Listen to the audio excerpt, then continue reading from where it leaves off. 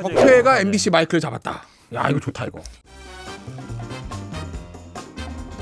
그래서 이제 우리가 여의도 얘기로 돌아가 보면 이제 수렁에서 제가 현근택 부위원장 빼드릴게.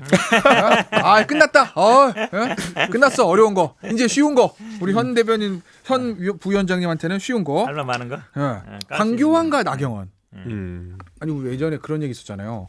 저도 뭐 그런 얘기 많이 했던 것 같은데 황교안 대표하고 나경원 현재까지 원내대표 사실 자유한국당 투톱인데 투톱의 사이가 원활하지 않다는 얘기는 사실 나온 지 꽤 됐어요. 여러 가지로 봤을 때. 근데 이번에 나경원 원내대표 신임이 부결되는 과정을 보면서 원활하지 않은 정도가 아니라 두 사람의 이 충돌이 앞으로 자유한국당의 이 총선 공천 과정에 있어서 뭔가를 좀 앞으로 이뤄갈 나라가 생길 일들을 좀 짐작할 수 있는 리트머스 시험지가 되는 것 같다라는 생각을 전 받았거든요. 그래도 이 세 분 중에서 자유한국당 내 어차피 돌아올 거니까. 아니요. 아니에요? 이준석 위원장 어떻게 봐요? 제가 봤을 때는 그 나경원 의원 같은 경우에는 사실 이런 모양새로 물러나는 것은 내 옷을 벗기는 정도가 이제 생명의 위협을 이제 주겠다는 의도거든요. 그러니까 저는 정치 생명의 위협을 주겠다는 의도이기 때문에 굉장히 이제 한에 사무쳤을 것으로 이렇게 보입니다. 오찬하 울었다는데. 그러니까 뭐 그런 보도도 있었어요. 그 보좌진들하고 있을 때. 이랑 회식할 때. 근데 저는 분해서. 근데 이 의미가 뭐냐면은 원내대표와 우름이 관계가 많아. 저도 정치하면서 사람들한테 한을 심어주는 경우가 어떤 것인지에 대해서 보자면은 저도 정치평론하면서 누굴 비판할 때도 있고 까댈 때도 있고 무슨 뭐 칭찬할 때도 있고 하지만은 진짜 한을 심어준 경우에는 꽤 오래 가거든요. 이게 보면 그게 다 근데 적이 돼서 돌아오는 걸 그때 느끼거든요. 근데 가장 대표적으로 예전에 윤창중 씨 문제서였을 때 그때 이제 윤창중 씨가 그 종편 패널 같이 하던 사람들 이런 사람들한테 상당히 좀 서운함이 많았었나 봐요. 그래서 아직도 개인 방송으로 이러면 그때 일을 언급하시는 경우가 있는데 그러니까 그런 것처럼 나경원 대표한테는 뭐 일반 국민이야 그걸 지켜가면서 나경원 의원 잘렸나 보네 뭐 이렇게 하고 지나가겠지만은 굉장히 한이 생긴 사건일 테고 저는 그 지점에 있어서 앞으로 이게 황교안 대표 측 입장에서는 정치 지형이 좁아드는 결과를 가져오게 될 것이다. 왜냐면 나경원 의원이 상징하던 게 뭐냐면요. 사실 나경원 의원은 과거에 제가 나경원 의원이 의무를 보이는 걸 한번 본 적이 있어요. 그때 뭐냐면은 2012년 때 그 박근혜 비대위에서 나경원 의원을 중구 공천을 안 줍니다. 네. 근데 그때 공천 심사를 사실 현역 의원인데 밖에 문 앞에 앉아가지고 이렇게 밖에 하는 것도 굉장히 서러움을 주는 행동이었는데 실제로 공천 심사 받고 나오니까 안 줄 것 같아가지고 울었던 그런 경험도 있는 거로 제가 기억하거든요. 그러니까 그게 근데 그 다음에 나경원 의원 14년에 보궐선거로 노회찬 의원이었나요 그때? 네, 동작. 꺾고 자력으로 다시 돌아오는 케이스예요. 근데 그런 식으로 이제 매번 서름을 겪으면서 본인이 자력으로 어쨌든 당선되어 온 여류 정치인이기 때문에 이번에도 블루를 삼키면서 지역구는 우선 당선되기를 바라고 있을 것이고 반대로 세력에 대해 가지고는 이 황교안 대표를 둘러싸고 있는 친황이라 하지만 사실 그 신친박에 해당하는 사람들한테 이를 갈고 있을 겁니다. 근데 그렇죠. 저는 근데 이게 결과적으로 앞으로 엄청난 그 보수 진영의 분열을 갖고 오게 될 것이다. 이런 생각을 하게 됩니다. 저는 오히려 나경원 대표는 약간 이번에 동정표를 많이 얻었을 것 같아요. 특히 의원들한테. 왜냐하면 뭐 모든 분들이 정치하신 분들이 얘기하지만 어떻게 원내대표 문제를 최고에서 결정하냐. 그거는 뭐 규정을 떠나서 기본적인 정치. 아니 우리 당의 어르신은 윤리위에서 해결한다니까요. 아니 그 단계 그만하고 관심도 없는 얘기고. 아니 우리 당의 어르신은 최고위도 아니고 윤리위야. 윤리위는 우리 당이 아니잖아 이제. 징계하는 거죠. 우리 당이 아니잖아. 그러니까 어르신은 그렇다니까 우리 어르신. 제가 보기에는 정치 상식에도 안 맞는 거라 사실은 많은 의원들이 뭐 어쨌든 뭐 친황이냐 친박을 떠나가지고 이거에 대해서는 이건 아닌데라고 생각할 거예요. 그거를 이제 공개적으로 말을 하냐 안 하냐 차이가 있지. 왜냐하면 뭐 원내대표라는 건 당연히 의원들이 선출하는 거잖아요. 의원들이 권한이 있고 그다음에 또 뭐 일단 재심 묻겠다고 했으면 그 절차를 지켜보는 게 맞는 건데 좀 황교안 대표가 좀 조급하다 성급하다는 얘기 드는데 그러면 결국은 아마 차기 원내대표 뽑을 때에도 많은 그 의원들이 이거 이대로 그냥 가면 안 되겠다 이런 생각을 할 것 같아요. 대부분들이 아마 공천 과정에도 이런 식으로 예를 들어서 룰이나 이런 거보다는 그냥 본인의 어떤 황 대표의 의사를 따라가면 자기들 다 불안할 거 아니에요. 제가 보기에는 아마 의원들이 조금 심정적으로는 친황보다는 뭐 약간 그거에 대해서 약간 황교안 대표에 대해서 좀 맞선다든지 아니면 뭐 여당에 대해서 좀 협상을 하겠다든지 이런 식으로 좀 갈 가능성이 많다라고 봐요. 그리고 그게 사실은 황교안 대표의 리더십이라든지 이런 어쨌든 공천 과정에서의 뭐 영향력 이번에 이제 단식으로 어찌 보면 굉장히 이제 뭐 친황 체제를 구축했다고 하는데 이 나경원 원내대표 자르는 과정에서는 좀 제가 보기에 그 힘이 많이 빠지지 않겠냐라고 봅니다. 그러니까 이 차기 원내대표 경선 얘기는 좀 이따 이제 해보고. 그러니까 제가 한번 예전에도 그런 얘기 한번 드렸던 것 같아요. 저는 황교안 대표 그 단식 때 무슨 생각이 났냐면 우리 옛날에 왜 조선 시대 때 막 선조가 막 광해군이 힘이 좀 세지고 막 이러면 선이 그 양의 논쟁에서 선이라나 선의 논쟁 나 안 해. 야 광해군 네가 해라. 그러면 아바마마 아니되옵니다. 신하들 아니되옵니다. 싹 정리되잖아요. 난 그 얘기를 그 생각이 들었어. 왜냐면 어쨌든 당 대표가 보수 정당의 말을 잘 듣거든 사실. 위계 질서가 있잖아요. 원래 보수의 가치대 중에 위계 질서 나오니까. 그러면은 밥 안 드시고 추운데 막 이러고 막 병원 실려고 이러니까 반대하던 사람들 말이 쑥 줄어들어. 그러니까 당내는 완벽하게 장악이 된 것 같아요. 그래서 그 와중에서 나경원 원내대표를 이렇게 불신한 거라고요. 근데 내가 가만히 생각해 보면 내가 만약 황교안 원내대표라면 나경원 원내대표를 연장을 안 시키고 싶더라도 얼마든지 스무스한 방법이 있었잖아요. 아니 의원들 목소리 큰 사람 친박들 몇 명 불러다가 야 작업 좀 하면 의원총회에서 뭐 금방 될 텐데 왜 이렇게 강하게 밀어붙였을까? 이게 난 우리 궁금해. 당의 이제 어르신이 예전에 이제 청와대 5당 대표 회동했을 때 가가지고 무슨 황교안 대표에게 언성을 높이면서 하면서 정치 선배로서 인생 선배로서 정치 그렇게 하면 안 된다고 꾸짖었다고 나오잖아요. 근데 그때 황교안 대표가 깨달음을 얻은 것 같아 보니까 여러 측면으로. 잘 봐. 기승전 아니 잘 봐. 기승전 어르신. 아니 너무 패턴이 똑같아. 당내 원래 스타일이 그런 거야. 원래 스타일이 자기 자신을 공격하는 세력이 나타난다. 그러면은 단식을 해라. 손학규 대표가 옛날에 했던 거거든 보면은 올 초에 해가지고 갑자기 그 당 내부에 합의도 안 됐는데 연동형 비례대표 들고 단식해 버리니까 그때 퇴진론이나 아니면은 그 당시에 또 협상 실패론이 막 사라졌어요. 자, 그 다음에 또 지금 보면은 자기 당내에 말 안 듣는 세력이 있다. 또는 자기가 좀 불편한 세력이 있다 그러면은 우리 또 어르신께서는 윤리를 써가지고 이렇게 하시는데 거긴 아예 최고위에서 판단을 내려버리잖아요. 최고위 다수니까. 재미없어. 빨리 탈당해서 그러니까 제 생각이니까 깨달음을 크게 얻으셨다. 그 제가 보기에는요. 예. 황교안 대표와 나경원 이 두 분이 일단 장애투쟁을 하면서 약간의 흥분 상태가 있으셨던 것 같아요. 그러니까 이 안 해봤거든. 80년대 90년대, 네, 80년대 90년대. 이 얘기는 사실 예전에 정치뽕. 네. 그 밖에서 막 그 뭐 거의 뭐 할렐루야 수준의 이 집회에서의 이 열광을 보면 사람들이 분위기 업 되잖아요. 선거 나가서도 막 길바닥에서 아는 사람들이 뭐 아유 꼭 당선돼서 이러면 막 분위기 업되는 것처럼 그거보다 훨씬 더 세게 뻥을 맞거든. 예. 근데 그거 다 보면서 우리 황 대표님은 기본적으로 공안, 보수 기독교, 관종 이 세 가지 단어로 다 해석이 가능해요. 본인한테 관심이 계속 와야 돼. 할 수도 있는데 그러면 본인이 그런가요? 그럼 관심받기 좋아하시는 분. 관심받기 좋아하시는 분. 포커스에 항상 본인이 다 가운데 있기를 좋아하시는 분. 아까 관정은 편집해 주세요 그러면. 근데 보니까 그 집회에서 보면 나경원 대표의 인기도 만만치가 않거든.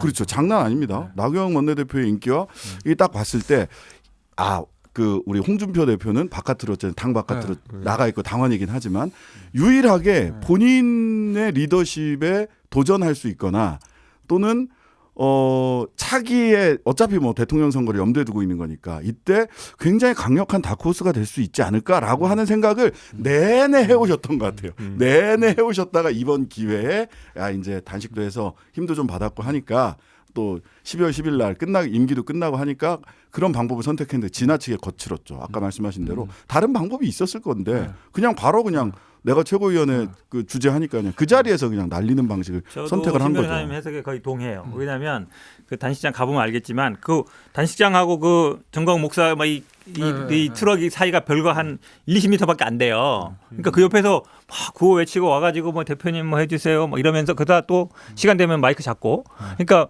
거기에 가면 굉장히 환호하는 사람이 있거든요. 그러니까 제일 저는 중요해 봤던 게 사실 단식 끝났으면 바로 오셨어야 돼. 여의도로 국회로 오셨어야 되는데 단식 끝나고도 거기서 최고위원 몇 번 했잖아요. 하필이면 또 거기서 최고위원 하고 나경원 원내대표를 잘랐어요. 그러니까 아니 이분이 어떤 그 분위기 있잖아요. 거기 그 텐트 치고 거기서 막 거기 24시간 농성하고 있거든요. 그분들이 그 부분을 너무 좋아하시는 것 같아요. 근데 이게 원래 간호성 이게 원래 지도자를 이제 주변에 비서진이랑 둘러싸고 자꾸 자기 환호받는 곳으로 보내는 경우가 있어요. 예를 들어 박근혜 대통령이 임기 말에 이제 보면은 서문시장을 그렇게 오시더라고 보니까 그리고 해외 출장은 그렇게 다니시더라고 보니까 왜냐 해외 가면 다 뭐 국빈 대접은 아니더라도 어쨌든 굉장히 환호를 받으니까. 근데 저는 지금 황교안 대표 입장에서는 사실 그 시기는 지난 지 오래였어야 된다. 왜냐면 대표 취임한 지 1년이 다 돼 가는데 사실 당 대표 하면은 그때 총리 때와는 다른 느낌의 이제 열성 그럼요. 지지자들 거느리게 되거든요. 그럼요. 근데 지금 아직까지도 거기서 헤어나오지 못하셨다면은 상당히 무서운 지점이다. 단식 농성할 때 그 안에 텐트가 큰 게 텐트가 하나 있고요. 황 대표님 단식 농성 했던 그 거기 갔다 온 분한테 제가 얘기를 들었는데 그 안에 이제 작은 텐트가 있는데 황 대표 누워 계시잖아요. 누워 계신데 밑에 이 단을 쫙 싸가지고 거의 뭐 무릎 올라올 정도로 이렇게 높이 해놨다는 거예요. 아, 누워 계신다가 누워 계시는 추워서 그런 곳이 게 아닐까? 냉기 올라오는 뭐 거. 냉기를 막기에는 지나치게 높더라는 거예요. 그러면은 주변에 이제 최고위원분들이나 다른 의원들은 거기 가서 이제 앉아 있으면 아련이네. 아련하는 모습이 딱 나와가지고 야 이게 뭐지? 네. 직접 보고 오신 분들이 그런 얘기를 하더라고요. 근데 정치인이 어쨌든 본인은 누구나 지역구 정치인을 하더라도 5천만 명 대상으로 정치를 한다는 느낌을 갖는 거랑 예. 자기 딱 그 코어가 있다고 생각하는 게 다른 건데 제가 항상 우리 당에서 있을 때 그 이제 손학규 대표께서 저한테 얘기할 때 호남에서 본인이 인기가 좋다고 하시는 거예요. 근데 제가 거꾸로 쟤는 현상적으로 보고 말씀드렸던 게 뭐냐면은 호남이 대표님을 좋아하는 게 아니라 대표님 주변에 계신 분 중에 호남 분들이 많은 것 같습니다. 이 얘기를 했거든요. 그러니까 그거는 아다르고 어다른 것 같아 완전 다른 얘기예요. 그렇죠. 그러니까 우리가 잘 생각해봐야 되는 게 뭐냐면은 지금 황교안 대표 같은 경우에는 본인의 코어 지지층이 어디라 생각하고 그 사람들이 주변에 많이 눈에 보이니까 이 사람들 세력화하면 나는 충분히 덩치가 클 수 있어라고 생각하는 것 같은데 저는 보세요. 자, 그 정광훈 목사를 통한 기독교계가 지원하고 있는 것처럼 보이지만 반대로 정광훈 목사에 대해 가지고 그 지지 성향을 보내는 어떤 기독교계가 전국 인구에 얼마 정도 되는지는 또 검증된 바가 없어요. 그게 만약 검증이 됐고 진짜 수백만의 단위라 그러면은 정광훈 목사가 왜 황교안 대표랑 같이 일을 합니까? 본인이 당당해가 나가면 되지. 그러니까 저는 이런 것들을 봤을 때 앞으로 누가 나를 좋아하는 것과 내가 그를 좋아하는 것 뭐 이 다 다르다는 것을 정치인들이 파악하려고 하는데 아까 말했던 그 환호하는 군중을 보면은 아무리 똑똑한 사람이라도 헷갈리게 돼 있습니다. 아 이거 맞아. 황교안 대표 같은 경우에는 핵심적인 지지층이 없어요. 왜냐면 이분이 예를 들어 한국당 같은 경우에는 뭐 TK 출신이고 거기서 만약에 정치를 해서 뭐 초선이라도 하고 아니면 자기가 공천 준 사람이 있으면 모르겠는데 사실은 그렇지 않잖아요. 그러니까 친황이라고 얘기하지만 이분들은 어찌 보면 최근에 뭐 이렇게 우연히 인연이 있는 분들이지 핵심적인 지지층은 제가 보기에 말씀드리는 이제 보수 기독교 분들이 더 많단 말이죠. 그러니까 그쪽에 자꾸 의존하게 되는 거죠. 본인들이 본인이 나가서 예를 들어서 지금 제가 보기에 뭐 친황이라 할 수 있어요. 대부분 친박이고 그리고 이분이 일단 TK 출신이 아니잖아요. 한국당에서 TK 아닌 분이 핵심적으로 다 장악하는 게 쉽지 않잖아요. 유일하게 믿는 게 대선 지지율이잖아요. 대선 지지율이 지금 대안이 없다는 건데 그걸로 가지고 제가 보기에 계속 끌고 가기는 쉽지 근데 않잖아요. 이런 게 있어요. 민주당은 좀 다른 것 같아. 보수 정당은 아무래도. 그러니까 민주당은 예전에 운동권 개파도 있고 뭐 이렇게 여러 시민단체도 있고 여러 가지 복잡하잖아요. 근데 이제 보수 정당은 말을 잘 들어. 대빵이 바뀌면 그냥 다 말을 잘 들어. 그러니까 모르겠어요. 친박 세력하고 황교안 대표하고 뭐 일종의 공생 관계인지는 제가 정확히는 알 수는 없으나 어쨌든 저는 이번에 사태를 보면서 당이 엄청나게 친황 체제로 가속화된다. 왜냐하면 지금 뭐 저 새로운 당직 인사한 거 있잖아요. 바뀐 거는 누구죠? 김세현 원장 나간 거밖에 없어요. 실제로 사무총장 예전에 누구죠? 울산시장 출신의 박맹우 재선. 거창. 아니 울산시장. 울산시장. 이번엔 창원시장 출신의 초선 박완수. 박완수. 시장 출신, 행시 출신 똑같아. 그 다음에 다른 거는 초선과 재선, PK와 뭐 울산도 뭐 PK 이거밖에 없거든요. 그거 보면 황교안 대표가 완벽하게 당을 이제 본인 체제로 만들어 갔구나. 뭐 공천도 거의 뭐 황 대표가 저 하겠구나라는 건데 여기서 연장성산에서 저는 그거예요. 아까 이제 현 부위원장 그 말씀하셨잖아요. 비주류 의원들의 저항이 좀 시작될 거다. 근데 이게 차기 원내대표 경선구도하고 좀 맞물렸는데 저는 사실 좀 반대예요. 왜냐하면 저는 뭘 봤냐면 나경원 원내대표 어떻게 나올 것 같거든요 이번에. 물론 나경원 원내대표라는 사람의 개인적 캐릭터도 있겠지만 저 같았으면 치워받았을 거야 그냥. 근데 수구로 들었어, 그죠? 의원총회에서 나름대로 김태흠 의원 같은 친박 의원도 나 나경원 별로 안 좋아하는데 이건 아니지. 사실 이렇게 하면 제일 옹호해 주는 발언 중에 하나잖아요. 그럼에도 그리고 비주류 의원들 그렇게 들고 일어났음에도 불구하고 본인은 숙였어요. 아마 모르긴 몰라도 본인이 야 이거 만약에 여기서 황교안 대표가 더 붙이면 이 상태라면 내년 동작을 공천도 쉽지 않겠다는 생각을 한 게 아닐까? 그렇다고 보면 비주류 의원들이 지금 황교안 대표한테 말은 저렇게 해도 단합된 힘으로 친황 체제에 좀 저항할 수 있을까? 저는 개인적으로 좀 부정적이에요. 그 나경원 의원이 그 어. 지금까지 본인이 아까 개인의 전투력이 뛰어나가지고 지역구에 살아오는 것에는 이 발군의 능력을 보여줬으나 지금까지 그 뭔가를 지휘해가지고 자기 세력화하는 데는 굉장히 실패했던 그런 정치 이력들이 있기 때문에 지금까지 원내대표 선거에서 이번 말고 판판이 깨졌던 것도 약간 그런 측면이 있었는데 저는 이번에 그래가 나경원 대표가 뭔가 투쟁을 하려고 해도 본인 옆에 우군이 한 5명이라도 있어야 되거든요. 나가가지고 싸우기 시작하면 대신 마이크도 잡아야 될 사람도 있어야 되는 것이고 논리적으로 풀어낼 사람도 있어야 되는 거고 기자들한테 밥을 살 사람도 있어야 되고 하는 것인데 지금 우리가 지금까지 파악된 나경원 의원의 친나경원계 정치인이라고 하면은 여성 비례대표 의원 몇몇? 그 정도 외에는 당내 세력 확보가 안 된 상황이거든요. 그렇기 때문에 아마 전투를 치르고자 창고를 되돌아보니까 군량미 하나도 없네 이런 상황일 가능성도 있다 이렇게 봅니다 저는. 저는 나경원 원내대표는 기존 그 말씀하셨던 부분에 동의하고요. 그래서 나경원 원내대표는 이제 지역구에서 살아 돌아오는 권토중래 모드로 가는 거 아닌가 결과적으로는. 그것도 되게 잘하세요. 네, 그러니까 그 모드로 나경원 원내대표는 뭐 가게 되는 걸로 보이고요. 결국 저는 그 뭐 비주류 의원들이 친황 체제 뭐 맞서서 저는 그거 잘 안 될 거라고 봅니다. 저도 보수 정당의 그렇게 기본 생리상 그거 쉽지 않고요. 다들 잘 다만 듣거든 보수 정당은. 다만 친황 체제 구축이 내년 총선에 도움이 될까에 대해서는 매우 부정적입니다. 그럼 저도 마찬가지예요. 나 돌아갈 길을 나 잘라버리네 스스로. 묻지도 않았는데. 어쨌든 네. 자 그럼 이제 우리 오늘의 마지막 토픽 차기 원내대표 맞춰야죠. 제일 재밌잖아 선거 맞추는 게. 근데 황교안 대표가 오늘 서울대 강연 갔다고 해요. 거기서 차기 원내대표에 대해서 잘 들으시고 맞춰야 됩니다. 네 사람 중에 누군지. 정치의 생명 중 하나는 협상이다. 잘 협상을 하고 기본적으로 투쟁력이 있어서 이 정부의 경제 망치는 정책, 안보에 치는 정책, 민생을 흔드는 정책을 고쳐나갈 수 있도록 잘 이겨내는 분이 원내대표가 돼서 원내 투쟁을 잘 이끌어가면 좋겠다고 하나만 하는 얘기인데. 하나만 아니 하는 굉장히 얘기죠. 중요한 얘기죠. 왜냐하면 그래요? 저기에 협상이라는 얘기가 나왔잖아요. 네. 그 전에는 이제 단식까지 갈 때는 협상 반대였잖아요. 네. 안 된다. 네. 패스트트랙 무조건 결사 반대. 네. 연동형 반대했단 말이죠. 투쟁 얘기하니까. 그 틀에 안에서 아니죠. 지금 이제 협상 얘기를 하잖아요. 협상 얘기를 하는 게 네. 약간 변한 거죠. 자 그러면 예. 제가 보기에는 네. 이분이 그러니까 네. 제가 아까 단식 끝나고 나서 청와대 앞에 간 것도 굉장히 이상한데 네. 다시 또 며칠 만에 돌아왔어요. 네. 마음이 이제 좀 바뀐 거죠. 지범이 생각이. 네. 그러니까 단식 끝나면 당연히 우리가 그냥 국회에 복귀할 거라 알았는데 거기서 며칠 있다 왔단 말이죠. 그러니까 며칠 있는 동안에 제일 큰 일이 원내대표 자른 거예요. 네.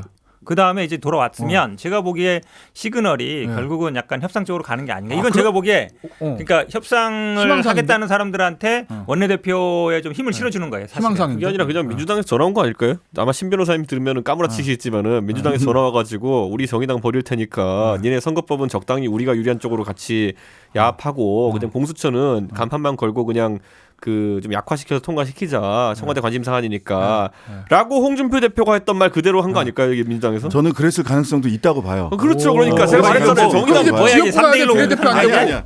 예, 그랬을 가능성도 있고 정의당이 가장 그 전화 사실은 받았지, 정의당. 이랬단 아니, 말이죠. 민주당에서. 민주당하고 그 자유한국당이 협상을 하는 게 있었고 4+1 협상하는 게 있었는데 4+1 협상장에 와서는 민주당과 자유당의 협상 내용을 지렛대 삼았어요. 자유당이 이렇게 하자고 하니까 이렇게 하자. 그다음에 4+1 협상 내용을 가지고 자유당하고 가서는 또 야당들이 이거 도저히 안 된다고 서로 지렛대를 삼아서 민주당이 협상을 그런 자들이에요. 해왔어요. 모르셨어요? 네. 자, 근데 나 여기서 하나 더 묻고 싶은 거. 네. 그 우리 이준석 의원은 네. 그냥 저쪽으로 가는 것 같아. 제3당 포지션에서 얘기를 하질 않아. 제3당으로 할 왜요? 생각이 별로 없어 보여요. 왜요? 일단 왜요? 패스트트랙 돼서 선거법 바뀌면은 제3당이 살 길이 생기는데 그 부분에 대해서 너무 부정적이라서. 아니 어차피 저는 비례 출마한 게 그렇구나. 아니니까 저는 네. 사실 상관없잖아요. 일단 하나 그거고 그다음에 그 저는 뭐 이게 너무 원론적인 얘기라서 지금 딱 잘라 이야기하기는 어렵다라는 생각이 들어요. 근데 이제 황교안 대표가 누군가에게 정말 그 사이에 무슨 대단한 다른 어떤 생각을 갖지 않는 한 황교안 대표의 개인 자꾸 정신 분석학으로 들어가서 그런데 개인의 멘탈로 보자면 이게 협상을 앞세워서 뭘 할 생각이 있을까? 저는 그건 의심스러워요. 잠깐. 다만 국면은 열리겠죠. 원내대표가 바뀌니까 한번 협상 국면은 열릴 텐데 그 협상 국면이 진짜 협상으로 갈 수 있을지는 조금 더 지켜봐야 될 것 같다. 가만. 경선이 10일이죠. 9일 아니에요? 9일인가? 그럼 우리 다음 녹화하기 전에 나오네. 경선. 나오죠. 그럼 우리 그거 한번 해봅시다. 저부터 할게요. 지금 후보 맞추기 맞춰야지. 어렵다, 후보가 이거. 봐요. 어렵잖아. 친박의 유기준, 윤상현, 비박의 지금 누구지? 저 강석호. 그다음에 심재철 비박하기도 그런데 어찌 됐건 뭐 언론은 그렇게 해놨대. 근데 저는 저보고 찍으라면 저는 윤상현 이 될 것 같아요. 왜냐면 사실 이게 내가 어디서 들은 건지 이게 근데 당내 취재가 꼭 맞는 건 아니거든요. 역정보들이 많아가지고. 근데 제가 몇 달 전에 친박 의원한테 듣기로는 이미 유기준 의원은 정리됐어. 전 이렇게 들었어요. 유기준 됐다고. 그죠? 마치 똑같은 얘기 들었잖아요. 이미 황 대표 주변에서 이미 정리됐어. 나경원 원내대표 뭐 김기현장 그러는데 야 이미 유기준 정리됐어라는 걸로 저는 이제 친박 의원한테 들었어요. 그래서 저도 당연히 뭐 유기준이 되나 보다 했는데 근데 이번에 윤상현 의원이 나왔단 말이야. 이 사람 만만한 사람이 아니에요? 예? 진박 아니에요? 친박인데. 진박이지 진박. 아, 진박 본인 중에 스스로. 진박인데 뭐랄까 유준석 최고위원의 표현에 의하면 머리도 좋은데 행동력도 있다라는 거잖아요. 윤상현 의원이. 그리고 저도 윤상현 의원은 개인적으로 좀 아는데 뭐랄까 이 우리 그 정치판에서 쓰는 그 전문 용어 중에서 이거 사로 시작되는 거 있잖아. 선거들 사뭐 일본 말 그게 최강. 친화력 최강. 아마 저기 아프리카 가서 친구 만들어 올 걸요. 평양 가서 한 달 살고 조직 만들어 올 거야. 되겠네 그러면. 그래서 윤상현 의원이 지금 나온다? 거기다가 이 전략도 장난 아니거든요. 그랬단 얘기는 이미 황 대표 쪽하고 얘기 끝난 거 아닐까? 저는 그러니까 개인적으로 느껴요 그냥. 윤상현 의원이 취재한 건 아니야 느낌. 윤상현 의원이 딱 어떤 스타일이냐면요. 지는 거 절대 안 나옵니다. 아니, 그러니까. 선거의 남왕 같은 느낌이 약간 있어요. 그러니까 이게 원래 선거 여왕이라는 게 지는 거 안 나오는 게 가장 좋은 거거든요. 보면. 선거의 남왕. 그러니까 선거의 남왕 같은 느낌 이 확실히 있어요 이게. 아니 그리고 예전에 윤상현 의원이 그때 지난번에 공천 파동 때 탈당해서 무소속 됐잖아요. 그때 내가 알기로 그 당에서 그 지역구에서 구의원들하고 당으로 다 따라 나갔어요. 다 그랬었어요. 인천. 인천 어디죠? 인천. 아니 인천 저 남구 미추홀구 지금 바뀌었지 이름으로. 미추홀구. 그 법원 있는 데 있잖아요. 인천 법원. 거기가 지역구거든요. 그 정도로 조직 관리 그다음에 이 친화력 이게 그것도 전략 이게 뛰어나기 때문에 그러니까 민주노총 나오는 이상 형님 그러더라고. 진짜요? 윤상현 저 앞에 몇몇 분들도 형님 그러더라고. 형님 그렇다니까요. 동생으로 그 동네에서 다 묶여 있더라고요. 대단하다. 그러니까 여튼 인천야면 뚫고. 아니 뭐 그쪽이랑 관계 없는 얘기고 저는 유기준 의원이라고 처음에 생각을 했는데 윤상현 의원 등판 전에는 똑같은 비슷한 그러니까 윤상현 의원이 뜬금없이 사실 뭐 여기 계신 심재철 의원 뜬금없다 약간 이런 느낌인데 윤상현 의원이 뜬금없이 나오는 스타일은 아니거든요. 그렇죠. 그러면은 뭔가 정지 작업을 하고 나온 건가? 그렇다면 윤상현이고 뭐 이전까지는 저는 유기준 의원이 될 거다. 근데 결과적으로는 친박이냐 진박이냐 싸움이 되는 그러면 우리 그거 강석호 아니냐. 의원이나 심재철 의원은 아예 노노인 거예요? 강석호 저는 안 의원이 될 것 같아요. 아니 친박이 두세 사람 나오고 비박이 한 명 나오면 또 유리한 거 아니에요? 아니에요. 아니, 이제 결선 결선 투표하니까 어차피 상관없고 제 생각에는 이제 사실 그 윤상현 의원 같은 경우에는 지금 수도권 대표성이 상당히 지금 계속 당내 부족하다라는 얘기가 나온 상황 속에서 자기 명분이고 수도권 주자라는 이미지까지 구축을 할 것인 게 뭐냐면 어쨌든 그 지역구는 윤상현 개인기로 버티고 있는 지역구예요. 그러니까 그런 측면에서 이야기를 할 것 같고 최근에 이제 윤상현 의원이 통합론에 선봉장했었거든요. 오늘 언론 인터뷰도 그게 나왔더라고요. 그러니까 예전에 보면 보관이 있다. 그러니까 우리가 봤을 때 보면은 되게 의외였던 게 뭐냐면 요즘 보면 김태흠 뭐 윤상현 이런 분들이 오히려 통합론에 선봉에 서는 것처럼 보이는데 이건 앞으로 자유한국당의 총선 전략이 어느 쪽으로 흐를 건가를 볼 수도 있는 게 사실 인적 쇄신 얘기가 나오면은 가장 먼저 얘기 나올 것이 친박 쇄신이라는 것이고 그럼 거기에 대상자로 지목될 수 있는 게 윤상현 의원이고 반대로 황교안 대표 입장에서는 칼을 만약 잡았다고 했을 때 친박만 날릴 수 없습니다.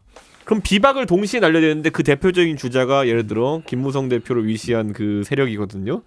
그렇기 때문에 어쨌든 전체 분위기가 쇄신으로 가고 인적 청산으로 가게 되면은 양 계파가 약간 곤란한 지점에 빠집니다. 그렇기 때문에 오히려 그들이 대동단결해가지고 통합을 내세우는 쪽으로 몰아줄 수도 있다. 왜냐 한쪽에서 통합하자 그러면 한쪽에서는 칼질할 수 없거든요. 여튼 제가 보기에는 나경원 황교안 체제보다는 그 황교안 유기진이 됐든 윤상이 됐든 그 체제가 당내 안정성을 이루는데 훨씬 더 그 도움이 되는 체제일 것 같아요. 근데 누가 되든 본선.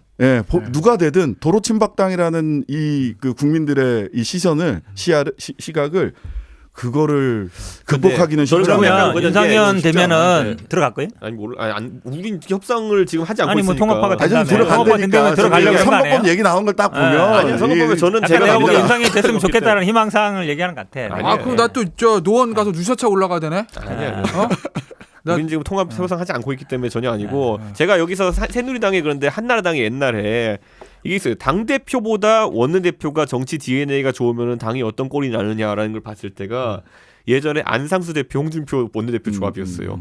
그러면 난장판 됩니다. 그것도 그러니까 최악의 조합이죠. 그 최악이죠. 서로 맨날 회의 가면은 가운데 안상수 대표 앉아가지고 무슨 말 하면 옆에 이제 홍준표 최고위원이 뭐라 하고 그러니까 이런 생기가 생겼거든요.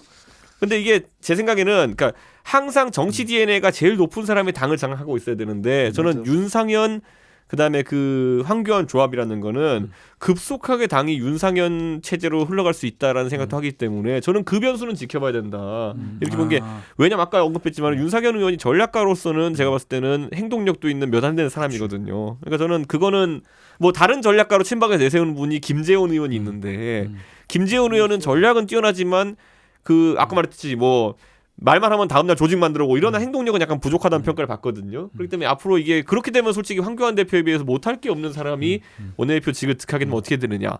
그건 두고 봐야죠 이제. 그래서 된다 안 된다. 좀 될 거라 봐요. 그럼 저 된 윤상현. 뭐 저도 대세 따라가야죠. 아 봅시다. 재밌겠다. 이거 선거 뭐 끝났네. 네. 어느 쪽으로 가도 네. 도로 친박당 이거 쉽지 않아. 내년 자. 본선에서는. 어쨌든 저 제작진 배고프다고 니들 그만 떠들고 집에 가라 그래가지고 네, 우리 그만해야 되니까요. 자 오늘은 이제 여기서 마무리하기로 하고 진행 소감을 짧게 얘기 안 하네. 이거 역시 여기보단 잡아야 돼. 여기가 좋다. 이제 적폐의 시즌이 오는 것 같습니다. 아니 너무 편파적이야 진행이. 아. 뭐 1인 2역이 아니라 3역해. 이제 적폐가 MBC 마이크를 잡았다. 야 이거 좋다 이거. 야, 사회자는 원래 공정하게 해야 되는 편파적으로 하면 안 돼. 아니 이게 캐릭터잖아요. 근데 내가 공정하게 한다 그러면 거짓말한다고 그래가지고 사람들 안 믿어. 그냥 이런 게 낫지. 자 어쨌든 오늘 저희 정치인싸 시즌 2 두 번째 시간은 여기서 마무리 짓고요. 다음 주 원내대표 경선 결과 보고 화요일이죠 우리 화요일 날 다시 만나는 걸로 하겠습니다. 자 오늘 수고하셨습니다. 네, 네, 수고하셨습니다. 감사합니다. 예.